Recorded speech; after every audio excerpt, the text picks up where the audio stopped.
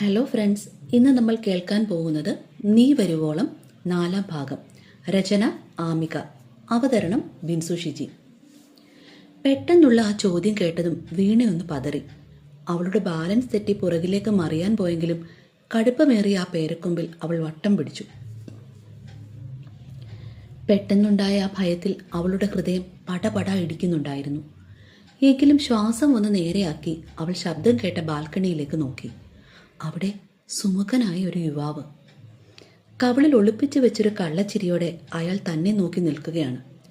ആ കണ്ണുകളിൽ വിരിയുന്ന കുസൃതിക്ക് ഒറ്റ നോട്ടത്തിൽ തന്നെ ആരെയും കീഴടക്കാൻ പോകുന്നൊരു വശ്യതയുണ്ടെന്ന് അവൾക്ക് തോന്നി. കണ്ടാൽ തന്നെക്കാൾ 1-2 വയസ്സിൻ്റെ പ്രായക്കൂടുതൽ മാത്രമേ തോന്നിക്കൂ. എങ്കിലും ആ നോട്ടത്തിൽ എവിടെയോ ഒരു പ്രത്യേക പക്വതയും നിഗൂഢതയും ഒളിഞ്ഞു നിൽക്കുന്നുണ്ടായിരുന്നു. വലിയൊരു സാമ്രാജ്യത്തിൻ്റെ അധിപതിയെപ്പോലെ പേരമരത്തിന് മുകളിലിരുന്ന് പേരയ്ക്ക കട്ട് തിന്നുന്നതിനിടയിൽ പിടിക്കപ്പെട്ടതിൻ്റെ ജാള്യത വീണയുടെ ഉള്ളിലുണ്ടായിരുന്നു. ചമ്മി നാറി നിൽക്കുകയാണെങ്കിലും അത് പുറത്തു കാണിക്കാൻ മംഗലത്തെ രാജകുമാരിക്ക് ഒട്ടും താല്പര്യമില്ലായിരുന്നു. തോറ്റു പിന്മാറാൻ മനസ്സില്ലാത്ത വാശിയോടെ അവൾ ഒട്ടും വിട്ടുകൊടുക്കാതെ തിരിച്ചു പറഞ്ഞു, താൻ പറഞ്ഞത് ശരിയാ, ഒരു കുരങ്ങിനല്ലേ വേറൊരു കുരങ്ങിനെ പെട്ടെന്ന് തിരിച്ചറിയാൻ പറ്റൂ. അവളുടെ മറുപടി കേട്ട് അയാളുടെ മുഖത്ത് ചിരിയൊന്നു വിരിഞ്ഞു. വീണ വിട്ടില്ല. അല്പം അധികാരത്തോടെ തന്നെ തുടർന്നു, അല്ല, ഇതൊക്കെ ചോദിക്കാൻ നമ്മൾ ആരാണാവോ? നിങ്ങളെ ഇതിനു മുമ്പ് ഇവിടെയെങ്ങും കണ്ടിട്ടില്ലല്ലോ. അവിടെ തന്നെ ഇരുന്ന് സംസാരിക്കണമെന്ന് നിർബന്ധമുണ്ടോ? അല്ലെങ്കിൽ താഴേക്ക് ഇറങ്ങി വാ, ബാക്കി വിശേഷങ്ങൾ ഭൂമിയിൽ വെച്ച് സംസാരിക്കാം. അയാൾ ചിരിച്ചുകൊണ്ട് ബാൽക്കണിയിൽ നിന്ന് പിൻവാങ്ങി താഴേക്ക് നടന്നു. നാട്ടുകാർ മരംകേറി എന്ന ഓമനപ്പേരിട്ട് വിളിക്കുന്ന വീണയ്ക്ക് പേരമരത്തിൽ നിന്ന് താഴെ ഇറങ്ങാൻ നിമിഷങ്ങൾ മാത്രമേ വേണ്ടി വന്നുള്ളൂ. പൂമ്പാറ്റയെ പോലെ അവൾ താഴേക്ക് ചാടിയിറങ്ങി. ഇനി ഇവിടെ നിന്ന് കൂടുതൽ ചമ്മണോ അതോ നൈസായിട്ടങ്ങ് സ്കൂട്ടാവണോ? മനസ്സൊരു വട്ടം കൂടി മന്ത്രിച്ചു. പക്ഷേ എന്തിനേയും തളരാതെ നേരിടാൻ പഠിപ്പിച്ച മുത്തച്ഛൻ്റെ ഗാംഭീര്യമുള്ള മുഖം ആ നിമിഷം അവളുടെ ഓർമ്മയിൽ തെളിഞ്ഞു. അതോടെ ഉള്ളിലെ ഭയം ദേഷ്യത്തിന് വഴിമാറി. തൻ്റെ സ്വകാര്യതയിലേക്ക് അനുവാദമില്ലാതെ അതിക്രമിച്ചു കയറിയ ആ മനുഷ്യനോട് അവൾക്ക് വല്ലാത്തൊരു അമർഷം തോന്നി. മുഖത്തേക്ക് വീണുകിടന്ന മുടിയിഴകൾ കാതിന് പിന്നിലേക്ക് ഒതുക്കി വെച്ച് ആദ്യത്തെ ആ മുഖാമുഖത്തിനായി അവൾ മനസ്സിനെ പാകപ്പെടുത്തി. പുറത്ത് ഒരു യുദ്ധം ജയിച്ചു വന്ന പടയാളിയെപ്പോലെ അവൾ നടുനിവർത്തി ഗമയിൽ നിന്നു.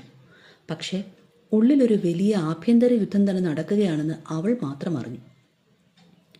പെട്ടെന്നാണ് കാൽപ്പെരുമാറ്റം അടുത്തേക്ക് വന്നത്. കരിയിലകൾ അമരുന്ന ശബ്ദം നിലച്ചു.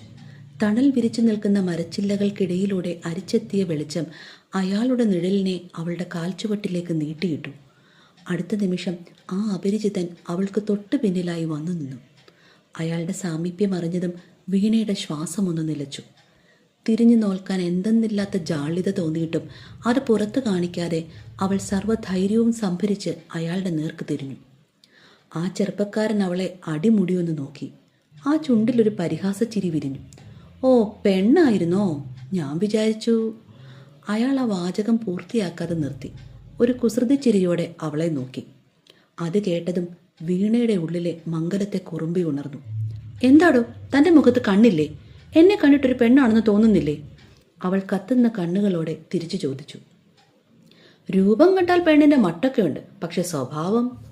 അയാൾ അർത്ഥഗർഭമായി ഒന്ന് ചിരിച്ചു. ആ ചിരി വീണയുടെ ആത്മവിശ്വാസത്തിന് കിട്ടിയ ഒരു കൊട്ടായിരുന്നു. കോപം നിയന്ത്രിക്കാൻ പാടുപെട്ടെങ്കിലും അവൾ വിട്ടുകൊടുത്തില്ല. അല്ല, ഞാനിപ്പോൾ ആണോ പെണ്ണോ എന്തോ ആയിക്കോട്ടെ, അതൊക്കെ അന്വേഷിക്കാൻ താൻ ആരാ?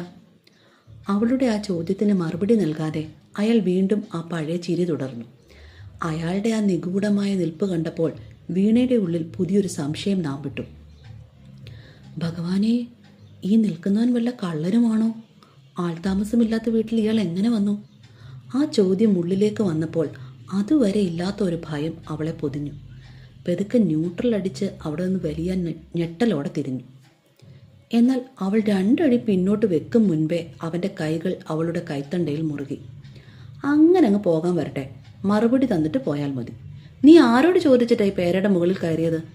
ഗൗരവം നടിച്ചുകൊണ്ടുള്ള അയാളുടെ ചോദ്യം കേട്ടതും വീണയുടെ ഉള്ളിലെ സകല ധൈര്യവും ചോർന്നുപോയി. ഭഗവാനെ, കള്ളം തന്നെ, സംശയമില്ല, അവൾ മനസ്സിൽ ഉറപ്പിച്ചു. പിന്നെ ഒട്ടും വൈകിപ്പിക്കാതെ ദയനീയ അവസ്ഥയിൽ കൈകൂപ്പി. കള്ളൻ ചേട്ടാ, എന്നെ വെറുതെ വിടണം, എന്നെ ഒന്നും ചെയ്യരുത് പ്ലീസ്. വീണയുടെ പെട്ടെന്നുള്ള ഭാവമാറ്റം കണ്ടപ്പോൾ ആ യുവാവിന് ചിരി അടക്കാനായില്ല. അവൻ പൊട്ടിച്ചിരിച്ചുകൊണ്ട് പറഞ്ഞു, ഹോ, ഞാൻ വിചാരിച്ചു നീ വലിയ ധൈര്യശാലിയാണെന്ന്. ഇത്രയേ ഉള്ളൂ മംഗലത്തെ പുലി. അപ്പോഴേക്കും വീണയുടെ നിയന്ത്രണം വിട്ടുപോയിരുന്നു. ആ കണ്ണുകൾ നിറഞ്ഞു തുളുമ്പാൻ തുടങ്ങിയത് കണ്ടതും അയാളുടെ മുഖത്തെ പരിഹാസം മാറി. അവൻ പെതുക്കെ കൈകൾ അയച്ചുകൊണ്ട് സ്വയം പരിചയപ്പെടുത്തി. എടോ, പേടിക്കണ്ട, ഞാൻ കള്ളനും കൊള്ളക്കാരനും ഒന്നുമല്ല. എൻ്റെ പേര് ശ്യാം. ഈ വീടെൻ്റെ പപ്പയുടേതാണ്. നമ്മുടെ വീട്ടുകാർ തമ്മിൽ നല്ല സുഹൃത്തുക്കളാണെന്നൊക്കെ പപ്പ പറഞ്ഞു കേട്ടിട്ടുണ്ട്. പക്ഷെ ഞങ്ങളാരും ഇതിനു മുമ്പ് ഇങ്ങോട്ട് വന്നിട്ടില്ലാത്തത് കൊണ്ട് ഇയാളെ കണ്ടിട്ടില്ലെന്ന് മാത്രം. എനിക്കിവിടെ അടുത്തുള്ള ബാങ്കിൽ ജോലി കിട്ടി. അതുകൊണ്ട് ഇന്നലെ മുതൽ ഞാൻ താമസം തുടങ്ങിയതാ. ഇപ്പോഴെല്ലാം ക്ലിയർ ആയോ? ഓ, അപ്പോൾ കള്ളനല്ല. ആ വാക്കുകൾ കേട്ടതും വീണയുടെ ഉള്ളിലൊരു ആശ്വാസം പടർന്നു. തൊട്ടടുത്ത നിമിഷം പേടി പമ്പ കടന്നു. പകരം അവളുടെ ഉള്ളിലെ പഴയ തൻ്റേടി ഉണർന്നു. തൻ്റെ തോളിൽ അമർന്നിരുന്ന ശ്യാമിൻ്റെ കൈകൾ ശക്തിയായി തട്ടിമാറ്റിക്കൊണ്ട് അവൾ അയാളുടെ കണ്ണുകളിലേക്ക് രൂക്ഷമായി നോക്കി. നീ ആരാണെങ്കിലും എനിക്കെന്താ? ബാങ്കിൽ ജോലിയുണ്ടെന്നും പറഞ്ഞ് പരിചയമില്ലാത്ത പെൺപിള്ളാരുടെ കയ്യിൽ കയറി പിടിക്കാൻ വന്നാലുണ്ടല്ലോ, ഇതിനെയൊക്കെ വളർത്തു ദോഷം എന്നല്ലാതെ വേറെന്താ വിളിക്കുക? ശ്യാം ഒന്ന് പുച്ഛിച്ചു ചിരിച്ചു. ഓ, പെണ്ണായിരുന്നല്ലേ, കണ്ടിട്ട് അങ്ങനെയൊന്നും തോന്നിയില്ല. നീ പറഞ്ഞത് നന്നായി, എനിക്കൊരു പുതിയ അറിവായല്ലോ. അവൻ വീണ്ടും അവളെ കളിയാക്കി. അപമാനം കൊണ്ട് വീണയുടെ ഉള്ളം പുകയുന്നുണ്ടായിരുന്നു. അവിടെ ഒരു നിമിഷം പോലും കൂടുതൽ നിൽക്കാതെ മുറ്റത്തെ കരിയിലകളെ ചവിട്ടി മെതിച്ചുകൊണ്ട് അവൾ തൻ്റെ വീട്ടിലേക്ക് ഓടിക്കയറി. നേരെ ചെന്ന് നിന്നത് ഉമ്മറത്ത് തന്നെ കാത്തു നിന്ന അമ്മയുടെ മുമ്പിലാണ്. കിതച്ചുകൊണ്ട് നിൽക്കുന്ന മകളെ കണ്ടിട്ടും ഇന്ദുവിനൊരു പരിഭ്രമവും തോന്നിയില്ല. പകരം അവരുടെ ചുണ്ടുകളിൽ അർത്ഥഗർഭമായ ഒരു പുഞ്ചിരി വിരിയുന്നുണ്ടായിരുന്നു. മകളുടെ ഈ വെപ്രാളത്തിന്റെ കാരണം തനിക്ക് നേരത്തെ അറിയാമെന്ന മട്ടിലായിരുന്നു ഇന്ദുവിൻ്റെ ആ നോട്ടം. എന്തായി, പോയി പെട്ടു അല്ലേ? ഇന്ദു കളിയാക്കി കൊണ്ട് തുടർന്നു. അവിടെ താമസക്കാർ വന്ന കാര്യം ഞാൻ മനഃപൂർവ്വം നിന്നോട് പറയാതിരുന്നതാ. നിനക്ക് എങ്ങനെയെങ്കിലും ലേശം നാണം തോന്നട്ടെ എന്ന് കരുതി. അത്യാവശ്യം നല്ലത് വല്ലതും കിട്ടിക്കാണുമല്ലേ? ഇന്ദുവിൻ്റെ ആ കുസൃതി നിറഞ്ഞ ചോദ്യം വീണയുടെ ഉള്ളിലെ കലിപ്പിന് എണ്ണ പകർന്നതുപോലെ ആയി. ഓഹോ, അപ്പൊ ഇതൊക്കെ അറിഞ്ഞുകൊണ്ട് തന്ന പണിയായിരുന്നു അല്ലേ? എൻ്റെ ഇന്ദുക്കുട്ടി ഇത്രയും വലിയ ദുഷ്ടത്തള്ളയാണെന്ന് ഞാൻ അറിഞ്ഞില്ല. വീണയൊന്ന് കടുപ്പിച്ച് നോക്കി. പക്ഷെ തോറ്റു കൊടുക്കാൻ അവൾ ഒരുക്കമായിരുന്നില്ല. കൈകൾ കെട്ടി നടു നിവർത്തി നിന്ന് അവൾ ഇന്ദുവിനെ വെല്ലുവിളിച്ചു. പക്ഷെ ഒന്നുണ്ട് ഇന്ദുമേ, കിട്ടുന്നതൊന്നും പോക്കറ്റ് വെക്കുന്ന ശീലം പണ്ടേ ഈ വീണയ്ക്കില്ല.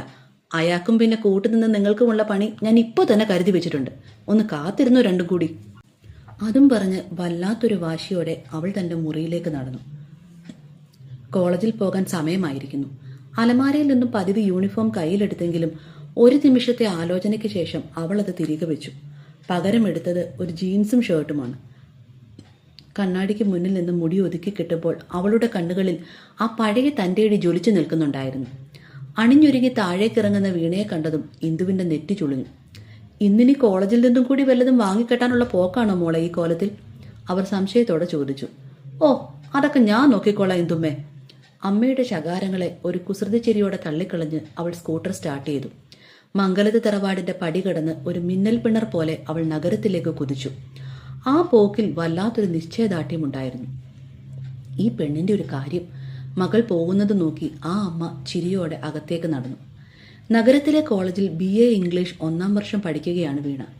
ആ വിഷയത്തോട് അമിതമായ താല്പര്യമൊന്നും അവൾക്കില്ല. പിന്നെ വീട്ടിൽ വെറുതെ ഇരിക്കുന്നതിനേക്കാൾ നല്ലത് എവിടെയെങ്കിലും പോയി ഇരിക്കുന്നതാണല്ലോ എന്ന ചിന്തയിലാണ് അവൾ പഠനം തുടരുന്നത്. അച്ചടക്കത്തിന്റെ കാര്യത്തിൽ ഒട്ടും വിട്ടുവീഴ്ചയില്ലാത്ത വൈദികർ നടത്തുന്ന ആ കോളേജിൽ നിയമങ്ങൾ ഒരല്പം കടുപ്പമേറിയതായിരുന്നു. ആ ക്യാമ്പസിലെ ശാന്തതയെ പലപ്പോഴും വെല്ലുവിളിച്ചിട്ടുള്ളത് വീണയും കൂട്ടുകാരുമാണ്. അതുകൊണ്ട് തന്നെ അവിടുത്തെ അച്ഛന്മാരുടെ ബ്ലാക്ക് ലിസ്റ്റിൽ ഒന്നാമതായിരുന്നു ആ തൻ്റെടികളുടെ പേര്. ക്ലാസ്സിൽ കയറി സീറ്റിൽ ഇരുന്നതേ ഉള്ളൂ. അപ്പോഴേക്കും സ്പീക്കറിലൂടെ പ്രിൻസിപ്പൽ ഫാദറിന്റെ ഗംഭീരമായ വിളി വന്നു. വീണ, കം ടു മൈ ക്യാബിൻ. ക്ലാസ്സിലെ കുട്ടികളെല്ലാം ഒന്ന് അടക്കി ചിരിച്ചു. പതിവ് കലാപരിപാടിയാണല്ലോ എന്ന മട്ടിൽ ഒരു കൂസലുമില്ലാതെ വീണ പ്രിൻസിയുടെ മുറി ലക്ഷ്യമാക്കി നടന്നു. അകത്തേക്ക് കയറിയ വീണ കണ്ടത് വല്ലാത്ത ദേഷ്യത്തോടെ തന്നെ നോക്കുന്ന അച്ഛനെയാണ്. താനിതെന്താ ഫാഷൻ പരേഡിന് വന്നതാണോ? യൂണിഫോം ഇല്ലാതെ ജീൻസും ഷർട്ടും ഇട്ട് വന്ന വീണയെ നോക്കി അച്ഛൻ ഗർജിച്ചു.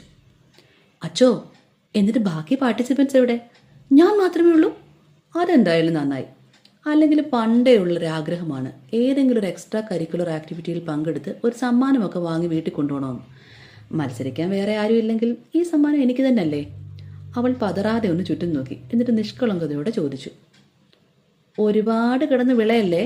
പെണ്ണായാലൊരു അടക്കോ ഒതുക്കോ ഒക്കെ വേണം. തന്തയുടെ പണത്തിന്റെ അഹങ്കാരം അല്ലാതെ മറ്റെന്താ നിനക്ക്? ഫാദർ ദേഷ്യം കൊണ്ട് വിറച്ചു. അച്ഛൻ പറഞ്ഞ ശരിയാണ്. അങ്ങേരുടെ മകളായതുകൊണ്ട് എനിക്ക് അല്പം അഹങ്കാരം കൂടുതലാണ്. ഞാനും കുറേ നാളായി ഈ അപ്പനെ ഒന്ന് മാറ്റിപ്പിടിക്കണമെന്ന് ആലോചിക്കാൻ തുടങ്ങിയിട്ട്. രവിശങ്കറിന് പകരം വേറെ ഒരാളെ കിട്ടാൻ വല്ല വഴിയുണ്ടോ? ഉണ്ടെങ്കിലൊന്ന് പറയണേ. പക്ഷേ എനിക്കൊരു കണ്ടീഷനുണ്ട്. പുതിയ അപ്പന് മിനിമം അച്ഛൻ്റെ അത്രയെങ്കിലും ഗ്ലാമർ വേണം കേട്ടോ. വീണയുടെ പെട്ടെന്നുള്ള മറുപടി കേട്ട് ഫാദർ ഒന്ന് ഞെട്ടി. അത്തരമൊരു മറുപടി അദ്ദേഹം പ്രതീക്ഷിച്ചിരുന്നില്ല. ദേഷ്യവും അമ്പരപ്പും കൊണ്ട് ആ മുഖം ചുവന്നു തൊടുത്തു. ഓ, അല്ലെങ്കിൽ നീ ഒന്ന് നന്നാവാൻ വന്നാലല്ലോ. പോയി പ്രോട്ടോകോൾ ലംഘിച്ചതിനുള്ള ഫൈൻ അടച്ചിട്ട് ക്ലാസ്സിൽ പോകാൻ നോക്ക്. വാക്കുകൾ കിട്ടാതെ അദ്ദേഹം വെപ്രാളത്തോടെ അവളിൽ നിന്നും മുഖം കുനിച്ചു. അവൾ ചിരിച്ചുകൊണ്ട് പുറത്തേക്ക് നടന്നു. വാതിൽക്കൽ എത്തിയതും അവൾ പെട്ടെന്നൊന്ന് നിന്നു. ഒരു നിമിഷത്തെ ആലോചനയ്ക്ക് ശേഷം കള്ളച്ചിരിയോടെ തിരിഞ്ഞു നടന്ന് അവൾ വീണ്ടും അച്ഛൻ്റെ തൊട്ടടുത്തെത്തി. പെട്ടെന്നുള്ള അവളുടെ മടങ്ങിവരവ് കണ്ട് ഫാദർ ഒന്ന് പകച്ചുപോയി. അവൾ പതുക്കെ അദ്ദേഹത്തിൻ്റെ അടുത്തേക്ക് കുനിഞ്ഞ് മറ്റാരും കേൾക്കാത്ത വിധം ശബ്ദം താഴ്ത്തി ചോദിച്ചു, ഫാദർ, ഞാനൊരു കാര്യം ചോദിക്കട്ടെ? ഉള്ളതുള്ളതുപോലെ പറയണേ. നിങ്ങളെ കണ്ടപ്പോൾ എന്താണെന്നറിയില്ല, എൻ്റെ മനസ്സിൽ എന്തോ ഒരിത്. നമുക്കൊന്ന് പ്രേമിച്ചാലോ? അത് കേട്ടതും അച്ഛൻ്റെ ബോധം പോയില്ലെന്നേ ഉള്ളൂ. അദ്ദേഹം വേഗം നെറ്റിയിൽ കുരിശു വരച്ച് വടിയുമായി സീറ്റിൽ നിന്ന് ചാടി എഴുന്നേറ്റുകൊണ്ട് അലറി, ഭാ, കടക്ക് പുറത്ത്! തിരുവസ്ത്രത്തോട് കളിക്കാൻ നിൽക്കല്ലേ ഒരുത്തം കെട്ടവളെ! ഒരു പൊട്ടിച്ചിരിയോടെ അവിടെ നിന്നിറങ്ങി ക്ലാസ്സിൽ വന്നിരിക്കുമ്പോഴും കോളേജ് വിട്ട് സ്കൂട്ടറിൽ മടങ്ങുമ്പോഴും വീണയുടെ ഉള്ളിൽ ഒരു ചിന്തയേ ഉണ്ടായിരുന്നുള്ളൂ. രാവിലെ തൻ്റെ മൂട് കളഞ്ഞ ആ ചള്ളു ചെക്കന് കൊടുക്കാൻ എന്താ ഒരു സമ്മാനം? പെട്ടെന്നാണ് റോഡരികിലെ മെഡിക്കൽ ഷോപ്പ് അവളുടെ കണ്ണിൽപ്പെട്ടത്. വണ്ടി നിർത്തി അവൾ അങ്ങോട്ട് നടന്നു. അകത്തേക്ക് കയറിയപ്പോൾ കണ്ട കാഴ്ച രസകരമായിരുന്നു. കടയിലെ ചെറുപ്പക്കാരനായ ഫാർമസിസ്റ്റും ഭാര്യയും, കണ്ടാൽ അറിയാൻ പുതിയ ദമ്പതികളാണെന്ന്, മുട്ടിയുരുമിരുന്ന് കിന്നാരം പറയുകയാണ്. എന്നാൽ പിന്നെ ഇവർക്കിരിക്കട്ടെ ആദ്യത്തെ പണി എന്നുറപ്പിച്ച് വീണ അവർക്ക് നേരെ ചെന്നു. കൂടെയുള്ള ചേച്ചിയെ പാടെ അവഗണിച്ചുകൊണ്ട് അവൾ ആ ചേട്ടൻ്റെ കണ്ണുകളിലേക്ക് നോക്കി ഒരു കള്ളച്ചിരിയോടെ ചോദിച്ചു, ഹായ് ചേട്ടാ, എനിക്കൊരു മരുന്ന് വേണമായിരുന്നു. അയാൾ ചോദ്യഭാവത്തിൽ നോക്കിയപ്പോൾ അവൾ കൂസലില്ലാതെ തുടർന്നു, ഒന്നും പറയണ്ട ചേട്ടാ, ഒരു 5-6 ദിവസമായി വയറ്റിന്ന് പോയിട്ട്. അവളുടെ ഈ തുറന്ന പറച്ചിൽ കേട്ട് ആ ചെറുപ്പക്കാരനൊന്ന് ചൂളി. ഭാര്യയുടെ മുന്നിൽ വെച്ച് ഇങ്ങനെയൊക്കെ കേൾക്കേണ്ടി വന്നല്ലോ എന്ന ഭാവത്തിൽ അയാൾ വേഗം ഷെൽഫിൽ നിന്ന് മരുന്നെടുത്തു. എത്ര എണ്ണം വേണം കുട്ടി? ഒരു 10-20 എണ്ണം ഇങ്ങെടുത്തോ. ഒരാഴ്ച കക്കൂസ് തന്നെ കിടക്കട്ടെ തെണ്ടി. മനസ്സിൽ ശ്യാമിനെ ശപിച്ചുകൊണ്ട് അവൾ മറുപടി പറഞ്ഞു, 10 എണ്ണം മതി ചേട്ടാ. രാത്രി കിടക്കും മുമ്പ് 2 എണ്ണം, അതിൽ കൂടുതലാവല്ലേ കൊച്ചേ. മരുന്ന് കൊടുത്തുകൊണ്ട് അയാൾ ഉപദേശിച്ചു. ബൈ മുത്തേ. മരുന്ന് വാങ്ങി തിരിയുന്നതിനിടയിൽ അയാളെ നോക്കി കണ്ണിറുക്കി കാണിച്ചുകൊണ്ട് അവൾ കൊഞ്ചലോടെ പറഞ്ഞു, കർത്താവേ, ഭാഗ്യം ആരും കണ്ടില്ല. വല്ലാത്തൊരു വിളർച്ചയോടെ ചുറ്റും നോക്കി മെഡിക്കൽ ഷോപ്പിലെ ചേട്ടൻ പിറുപിറുത്തു. ഒന്ന് ആശ്വസിക്കാനായി അദ്ദേഹം പിന്തിരിഞ്ഞതും കണ്ടത് തൻ്റെ തൊട്ട് പിന്നിൽ ഉറഞ്ഞു തുള്ളി നിൽക്കുന്ന ഭാര്യയാണ്. കാഴ്ചയിൽ ഒരു സംഹാര രുദ്രയെപ്പോലെ ഉണ്ടാ നിൽപ്പ്. കർത്താവെ, പെട്ടു. ഇനി ഒരാഴ്ച പട്ടിണി ഉറപ്പായി. ആത്മകഥം ചെയ്തുകൊണ്ട് അവരെ നോക്കി ഒന്നിളിച്ചു കാട്ടി അദ്ദേഹം അവിടെ നിന്ന് നൈസായി വഴുതി മാറി. വീട്ടിലെത്തിയ ഉടനെ വീണ തൻ്റെ ബാഗ് ഊരിയെറിഞ്ഞ് നേരെ പോയത് ജനാലയ്ക്കലാണ്. കർട്ടൻ അല്പം നീക്കി അയൽവക്കത്തെ വീട്ടിലേക്കൊന്ന് പാളി നോക്കി. ആ കുരങ്ങ് അവിടെ തന്നെയുണ്ട്. ശ്യാമിനെ കണ്ടതും അവൾ പല്ലു കടിച്ചു. പണി എവിടെ തുടങ്ങണം? അവൾ ആലോചനയോടെ നഖം കടിച്ചു. അപ്പോഴാണ് താഴെ നിന്ന് ഇന്ദുവിൻ്റെ ആ പതിവ് അലർച്ച കേട്ടത്. എടി വീണേ! എന്തിനാ അമ്മ ഇങ്ങനെ കിടന്ന് അമർന്നത്? ഞാൻ ഇവിടെ തന്നെയുണ്ട്, എങ്ങും പോയിട്ടില്ല. സ്റ്റെപ്പ് ഇറങ്ങി വരുമ്പോൾ വീണയുടെ മുഖത്ത് അല്പം നീരസമുണ്ടായിരുന്നു. ഇന്ദു ഒരു പാത്രത്തിൽ നിറയെ പായസവുമായി നിൽക്കുകയാണ്. നീ ഈ പായസം കൊണ്ട് അപ്പുറത്തെ വീട്ടിൽ കൊടുത്തിട്ട് വാ. പാവം, ആ കൊച്ചൻ അവിടെ തനിയേ ഉള്ളൂ. അമ്മയുടെ ആ സ്നേഹം കേട്ടപ്പോൾ വീണ മുഖം ചുളിച്ചു. പിന്നെ ആ പണിക്കൊന്നും ഈ വീണെ കിട്ടില്ല. അമ്മ വേണമെങ്കിൽ കൊണ്ടു കൊടുക്ക്, എനിക്ക് വേറെ പണിയുണ്ട്. തറപ്പിച്ച് പറഞ്ഞ് അവൾ മുകളിലേക്ക് പോകാനായി സ്റ്റെപ്പിലേക്ക് കാലെടുത്ത് വെച്ചു. പെട്ടെന്നായിരുന്നു അവളുടെ തലയിൽ 1000 വാട്ട്സ് ബൾബ് കത്തിയത്. മെഡിക്കൽ ഷോപ്പിൽ നിന്ന് വാങ്ങിയ ആ ഗുളികകൾ, അത് പ്രയോഗിക്കാൻ ഇതിലും നല്ലൊരു വഴി ഇനി സ്വപ്നത്തിൽ പോലും കിട്ടില്ല. ശ്യാമിന് താൻ കൊടുക്കാൻ പോകുന്ന പണി ആലോചിച്ചപ്പോൾ അവളുടെ ചുണ്ടിലൊരു വശ്യമായി ചിരി വിരിഞ്ഞു. ശരിയമ്മേ, അമ്മ ഇത്ര നിർബന്ധിച്ച് പറഞ്ഞ സ്ഥിതിക്ക് ഞാൻ തന്നെ പോയി കൊടുത്തേക്കാം. അയൽക്കാർ തമ്മിലൊരു സ്നേഹമൊക്കെ വേണ്ടേ? പെട്ടെന്നുള്ള അവളുടെ ഭാവമാറ്റം കണ്ട് ഇന്ദു ഒന്ന് അമ്പരന്നു. ഇവക്കിത് എന്തു പറ്റി എന്നവർ അത്ഭുതപ്പെട്ടെങ്കിലും പായസപാത്രം അവൾക്ക് കൈമാറി. ഒന്ന് റെഡിയായിട്ട് പൊയ്ക്കൊള്ളാം, ഉറക്കെ വിളിച്ചു പറഞ്ഞുകൊണ്ട് അവൾ വീടിൻ്റെ മുകളിലത്തെ നിലയിലേക്ക് പാഞ്ഞു. 10 ഗുളികകളും എടുത്ത് നന്നായി പൊടിച്ച് അവൾ ആ പായസത്തിൽ ചേർത്തു. മോനെ ശ്യാമേ, ഇന്ന് രാത്രി നിന്റെ വയറ്റിലൊരു പടയോട്ടം തന്നെ നടക്കും. മംഗലത്തെ ഈ വാനരജന്മം തരുന്ന ആദ്യത്തെ സമ്മാനം. ഒരു വല്ലാത്ത ജയഭാവത്തോടെ പായസപാത്രവുമായി അവൾ അയൽപ്പക്കത്തെ മതിലിനടുത്തേക്ക് നടന്നു. തുടരും. അടുത്ത ഭാഗവുമായി ഉടൻ കാണും വരെ ബൈ ബൈ. Stay safe.